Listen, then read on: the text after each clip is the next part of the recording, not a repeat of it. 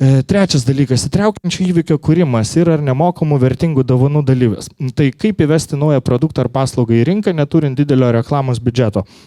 Su to irgi susidūrėm, nes daug pinigų mes ten neturėjom, tose pačiose ir forumo organizavimo, rinkodaros biudžetų.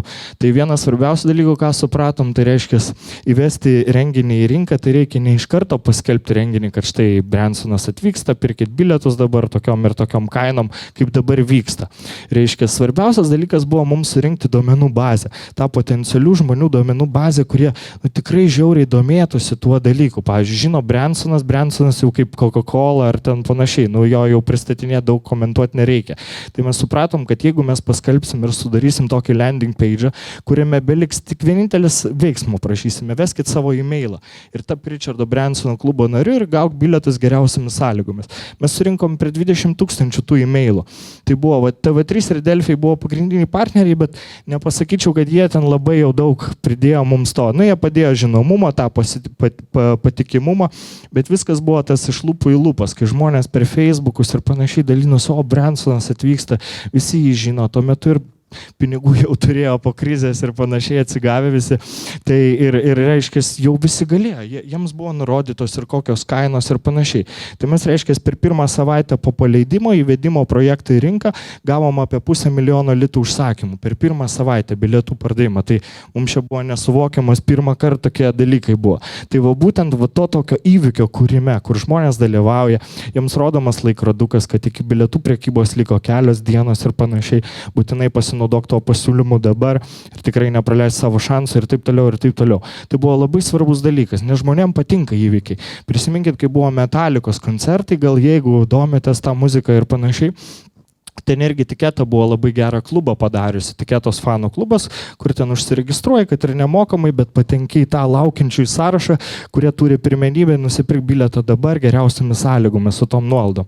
Iš tikrųjų buvo žiauriai nesveikai gerai padaryti, jie ten išpardė apie pirmą Siemens areną ir paskui beveik ar ten pilną antrą areną. Tai iš tikrųjų, tie patys modeliai, jie veikia daug kur. Samsungas tą patį, reiškia, buvo padaręs, kol nesproginėjo, reiškia, irgi prieš keletą metų, kai įvedinėjo savo smartphone'us, taip gražiai, kur žmonės tiek e-mailų vedė ir laukia tų naujienų. Nes turi ar ta naujiena jūsų antiek gera, reiškia, ir kaip ją būtų galima padaryti antiek gera ir karšta, kad žmonės labai norėtų sudalyvautame, kad blemas sakys, šakės negaliu praleisti, nes yra tik tai ribotos, reiškia, trukmės pasiūlymas, tikrai turiu to nepraleisti.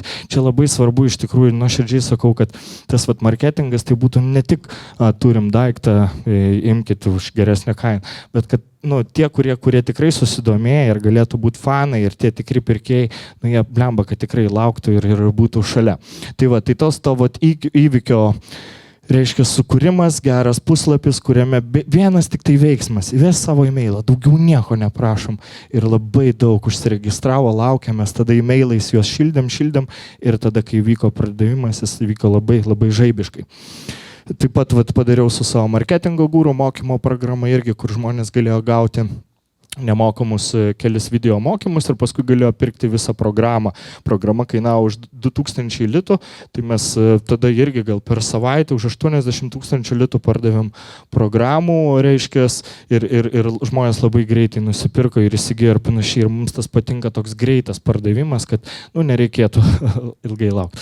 Tai dar vienas, čia jau tokia kultinė programa, kur jau vienas tapo milijonierium doleriniu po šio kurso pritaikęs. Trečias dalykas buvo irgi, pagalvokit, gal jeigu jūs, reiškia, turit kažkokius produktus, know-how kažkokius, kuriuos jūs galite padaryti, ar knygas sukūrę, ar panašiai. Pagalvokit, ar galite susitarti su partneriais, kurie galėtų pasidalinti. Pavyzdžiui, Algirdas Karalius išleido savo Sėkmės instinkto knygą, spausdintą, bet mes tą PDF-ą pasiūlėm Omniteliui, kad Omnitelis visiems savo klientams padovanotų.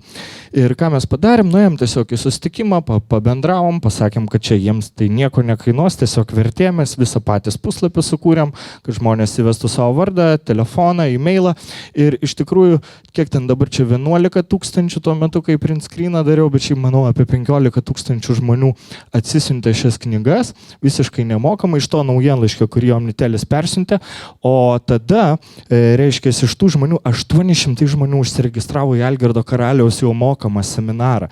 Tai galim įsivaizduoti, kokia ta partnerystė mums buvo žiauriai pelninga ir sėkminga, kai iš tikrųjų, tiesiog nuėjom, pasiūlėm didelę klientų duomenų bazę turinčiai įmoniai, įdomų bendradarbiavimo pasiūlymą, kuris yra gana novatoriškas tais laikais, jiems tai nieko nekainuoja, jie tiesiog persiunčia naujienlaiškį savo klientams ir kuriuome ten tiesiog nelabai, kaip karšta, reiškia, ne iškart vienas laiškas, viena idėja, ten buvo tik krašte paminėta ta knyga, ten nėra taip, kad užėmė ten labai daug tos vietos ir labai didelis efektas buvo.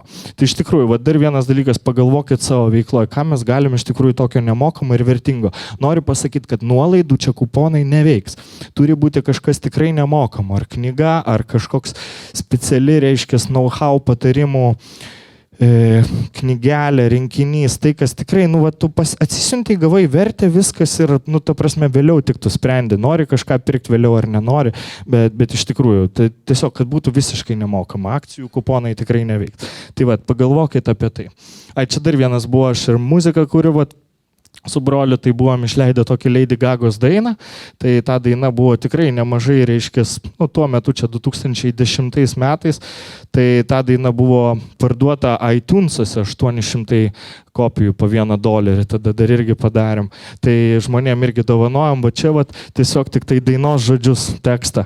Ir reiškia, žmonės įvesdavo ir paskui mes jiems, o gal nori dainą nusipirkti panašiai, palaikyk jaunus kūrėjus. Ir tiesiog buvo eksperimentas, kad tas marketingas jisai veiktų ne tik ten seminarus pardavinėjant ar knygas ar panašiai, bet veikia ir reiškia, ir muzikoje ir panašiai. Tai toks man irgi toks tikėjimas, visa šita strategija, kad jinai veikia ir aš manau, jeigu ją jau taip labai be jokių bepriekaištų, nes aš kai kur irgi ten kartais ne viską darai, ten patingi, kaip savo žinai, bet jeigu tikrai be priekaištų viską ten taip padaryti, tai blemba jinai žiauriai stipri. Tai pagalvokit apie tai, aš noriu pasidalinti tokiais ir vaizdiniais ir panašiai, kad, blemba, kodėlgi ne man šiandien nepagalvoti apie tai, kaip aš galėčiau tą savo projektą įvesti rinką taip įdomiau negu iki šiol, kad ir kūryba, nes žiauriai svarbi kūryba yra mūsų veikloje, kad mes patys tada atsigaunam, bet jeigu čia pradėtumėm kurti eilėraščius, manau, kokiam 8% patiktų tą daryti tikrai, bet aš kažkaip, nežinau, taip galvoju, gal kažkam piešti panašiai, bet kūryba yra mūsų gyvenimo dalis, tai aš ir galvoju, kad tas marketingas būtų daug įdomesnis, negu mes darėm iki šiol.